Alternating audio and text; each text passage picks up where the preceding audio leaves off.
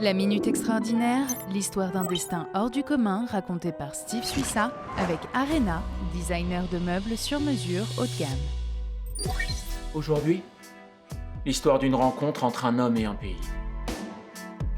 Pour son dernier concert en Israël, le maestro indien Zubin Mehta est entré sur scène aidé d'une canne. Et il a conduit son orchestre, assis sur une estrade.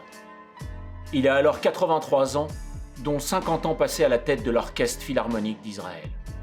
Ce soir-là, ont résonné dans une salle comble les notes du concerto numéro 2 pour piano de Liszt et la symphonie numéro 2 de Mahler, plus connue sous le nom de Résurrection. Ce chef d'orchestre mondialement adulé est né à Bombay en 1936. Signe du destin, c'est cette même année que l'Orchestre d'Israël voit le jour. Il grandit dans une famille de mélomanes, son père est le fondateur d'un orchestre symphonique indien. Pendant ses études de musique à Vienne, il reçoit un jour un étrange télégramme. Israël lui demande de remplacer le grand chef d'orchestre Roger Normandie qui venait d'annuler sa venue. Zubin Mehta accepte immédiatement et s'envole vers la terre promise.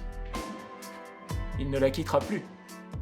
En 1999, il participe à l'organisation d'un événement très symbolique.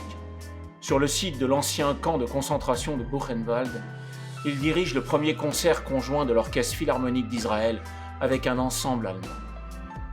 À son actif, près de 3000 concerts avec le Philharmonique d'Israël. Mais sur la partition de ce grand chef d'orchestre, une note reste inachevée. Il avoue qu'un de ses principaux regrets, c'est de ne pas avoir pu jouer avec l'Orchestre d'Israël dans un pays arabe. C'était la Minute Extraordinaire, racontée par Steve Suissa avec Arena, designer de meubles sur mesure haut de gamme.